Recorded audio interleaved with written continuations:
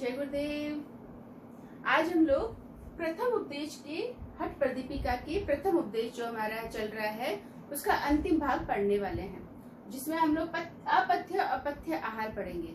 आहार के ऊपर सातवां राम जी ने भी बहुत जोर दिया और हठ योग के अंदर हम आहार के बारे में सारे ग्रंथों में बताया गया है कि भी आहार पे आपको ध्यान रखना है। ऐसा क्यों बोला गया है? क्योंकि आप आहार इन्होंने प्राणायाम से पहले बताया है, ऐसा नहीं कि प्राणायाम के बाद में आहार बताया। इन्होंने आसनास के साथ में आहार बताया है। इन्होंने कहा है कि देखिए, आपको आसनास शुरू कर रहे हैं तो आपको आहार पर बहुत ध्यान देना है। आप अगर आहार पे ध्यान देंगे, अगर आप सही तरीके का आहार लेंगे तो आपके आसन सिद्ध हो जाएंगे, वरना क्या होगा, आपके आसन सिद्धि नहीं होगी। क्यों?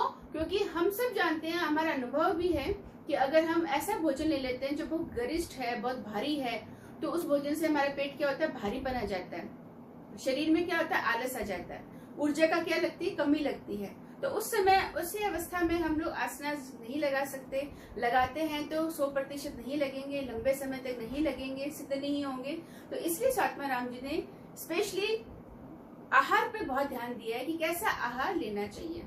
तो वो बोलते हैं, पहली चीज, सुस्निग्ध मधुर और अपने भोजन का 1/4 भाग आप खाली जगह छोड़ दो खाने में। मतलब 1/4 भाग आप भोजन का छोड़ दो। जितना आप भोजन लेते हैं हमेशा उसका 1/4 भाग आप भोजन छोड़ दीजिए।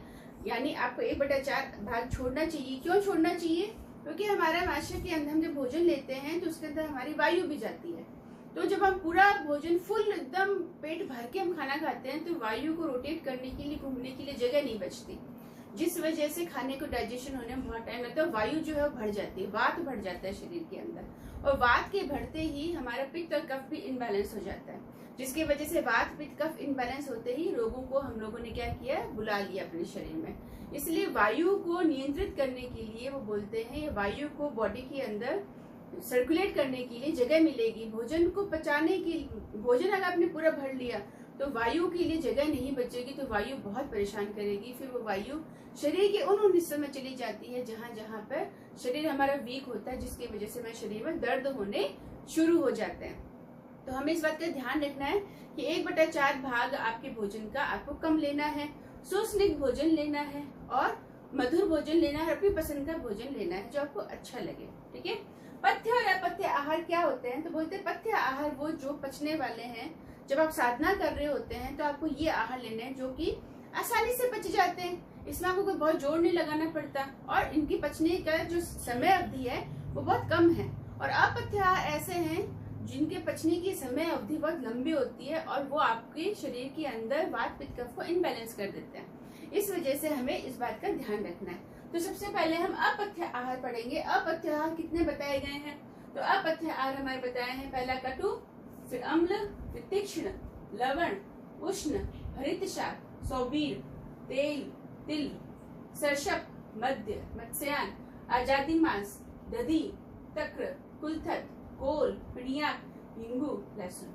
यानी कटु कड़वा, अम्ल अम्लिक एसिडिक, तीक्ष्ण तीखा, नमकीन, उष्ण गरम, हरित शाक हरी शाक, सौबीर खट्टी भाजी, खट्टापन, खट्टी जो खाने वाली चीजें होती हैं, तेल, तिल, सरसप, मध्य, सरसप सरसों, मध्यम, मांस, शराब, मत्स्यान, मछली, और आजादी मांस मतलब बकरे का मांस, दही, दही, त्रक, छाछ, कुलथत, कुल्थी, कोल, पिड़िया और हींग और लहसुन।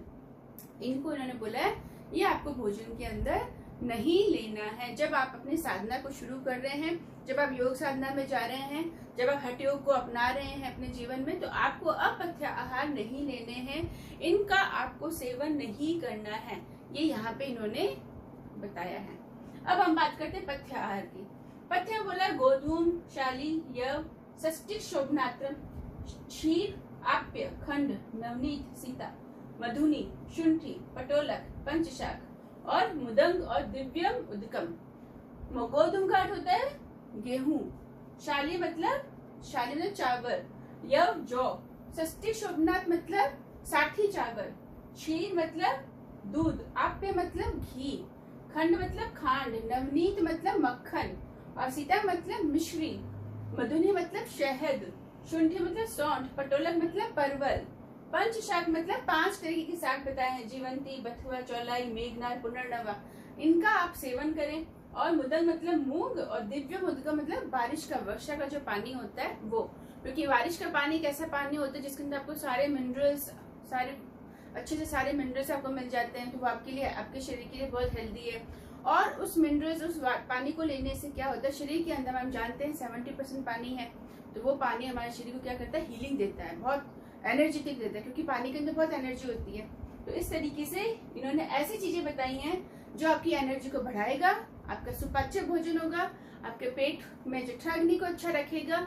ऐसा नहीं है कि खाना सड़ेगा नहीं, पच जाएगा।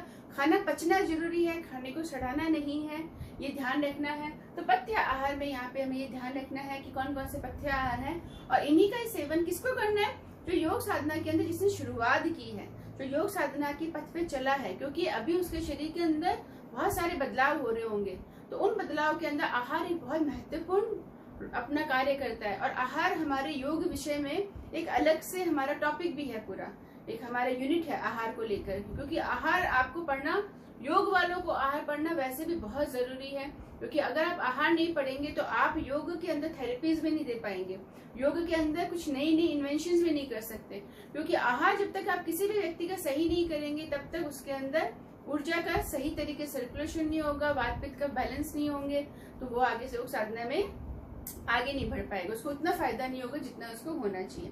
तो वो हम आगे की बात करेंगे आहार के ऊपर। अभी हमने पथ्य और अपथ्य आहार के ऊपर बात की। हठ प्रदीपिका के अंदर हमको पथ्य और अपथ्य आपको ऐसे ही याद करने हैं, इनको क्रम वाइज ऐसे ही आप इनको याद करें, और इनको आप संस्कृत में ही याद करें, गोधूमशाली, यव, षष्ठी, शोभना, क्योंकि ये ऐसे एग्जाम में आपको ऐसे ही प्रश्न पूछे जाते हैं। अभी हिंदी में प्रश्न कम पूछे जा रहे हैं, संस्कृत की भाषा में ज्यादा प्रश्न पूछे जा रहे हैं योग में, तो आप इनको संस्कृत में ही इनको आप ऐसे याद करें, ये थोड़ा आपको ध्यान रखना है। और अगर आपको ये वीडियो पसंद आए तो लाइक शेयर कर सकते हैं, और अगर आपको योग के और टॉपिक्स पढ़ने हैं, समझने हैं, तो आप मेरे चैनल को सब्सक्राइब कर सकते हैं। आप सबका बहुत बहुत धन्यवाद।